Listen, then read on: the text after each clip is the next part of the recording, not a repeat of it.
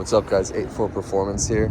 So, a real quick video for today, just because I don't have a whole lot going on. So, as you guys know, I have my 85 635 parts car. I also now have my 94 e34 wagon that was going to be turned into my tow rig. So I was going to drop a turbo diesel from the M57 in there. Currently, I took off the ghetto 19-inch chromes and I have on some style 32s. They have 20 mil spacers on them to make sure it works. These just happen to be the wheels that I could get as a trade for some other stuff. So all the people that want those chrome wheels keep being like, oh, it's the typical marketplace bullshit of, oh, I'll come out this time. Oh, something came up. Oh, I'll come out this time instead. Something came up. So fuck it. Those things are probably gonna get junked. But obviously the hood's off the car right now. It's been off the car because I keep saying, oh, I'm gonna clean the bay, not clean the fucking bay. But I dropped the price on Marketplace for this wagon. A guy reached out to me because in the listing I'd mentioned I'm working on some E24s and I don't know when I'm gonna get to this thing and I don't want it to just rot. Guy says, I see you're into E24s. I might have something that you'd be interested in. Guy offered me a rust-free E24 roller, so same condition as this where there's no engine in it, that he'd offer to trade me. So now I got back to him and I said, look, yeah, I'm 100% interested. Just send me some photos so I can see what I'm working with here, see if it's better than the white E24. Guy said, yeah, I got you. Later today I'll pull it in and I'll lift it up, and I just went, he'll double check for himself too if it's just as rust free as he remembers it. So yeah, if the rust is better in that E24 than it is in my titled car, I'll probably hop on that. Unfortunately, he wants it with the style 32s, so it'll be going with these. Not the end of the world. I like these wheels, but I prefer the style 5s like a lot of people. So what does that mean? I have my other E24 that I've been working on, that just yesterday I did a video pulling the door trim off from the rear. I also pulled off the speaker trim from behind the rear seats. But what we're waiting on is to see the photos of the car and the rust. So if it doesn't have the same rotten floor that I have in my car, and this obviously you can't see the rust too well, but it's soft. So when you go under, you can see. What I'll do is I will take that titled car, or that this replacement car that he's offering me on trade, and that will more than likely become my project for the V10 swap. So, I mean, as anyone who looks up close can see, my little rust repairs on stuff aren't perfect. This side's a little bit better. I'm not upset with it, but remember, I'm going to be cutting this stuff anyway to fit the V10 with the E60 rear end. So I mean, like, you can see kind of the rust where I'd cut stuff, and there's all kinds of rust all around. But it saves me a lot of time and aggravation. A, it's a roller, so no engine in the car. B, rust-free. I don't have to spend money to get the floor pans from Lithuania to replace everything. With it being a roller, not having an engine, I don't have to pull everything out myself. I can immediately jump right in and start fabbing everything up. So it kind of saves me a lot of time. The guy says he has a couple M30 B35s.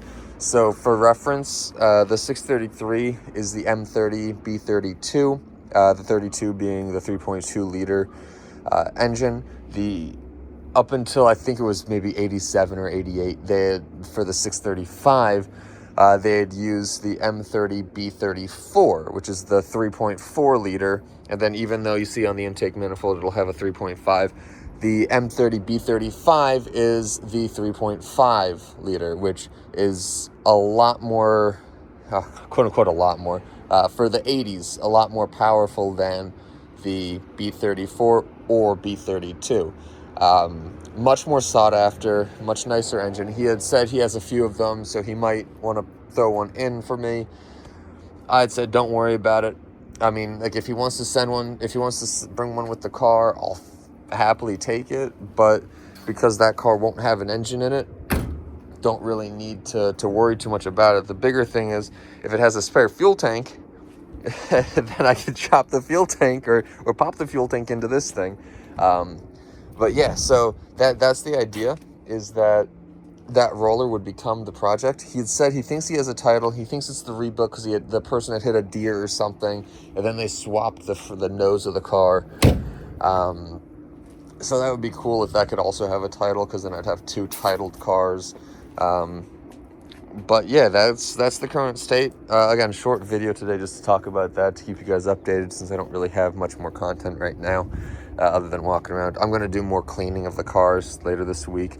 Probably try to plan on doing a little bit better of a job cleaning up the drain channels, sorry.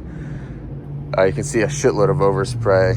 I'll pull the tape off of everything and get all that stuff sorted. But yeah, and then once I get that car, either whether I do trade it or I don't trade it or get photos of it, I'll share those photos.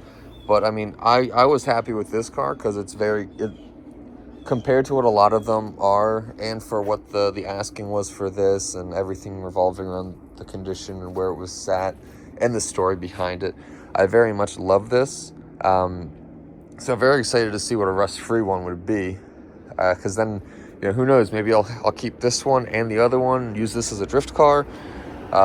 Regardless, the parts car, so that e34, that I'm going to be doing a power strip on, so probably later this week or this weekend, if I have a little bit of warmth, I'm going to do an expedited engine removal. It's got the auto trans, so I don't care too much, but it's essentially going to be finalized, stripped, and then called in as an abandoned and gotten junked, because I had that up so somebody else could buy my parts car.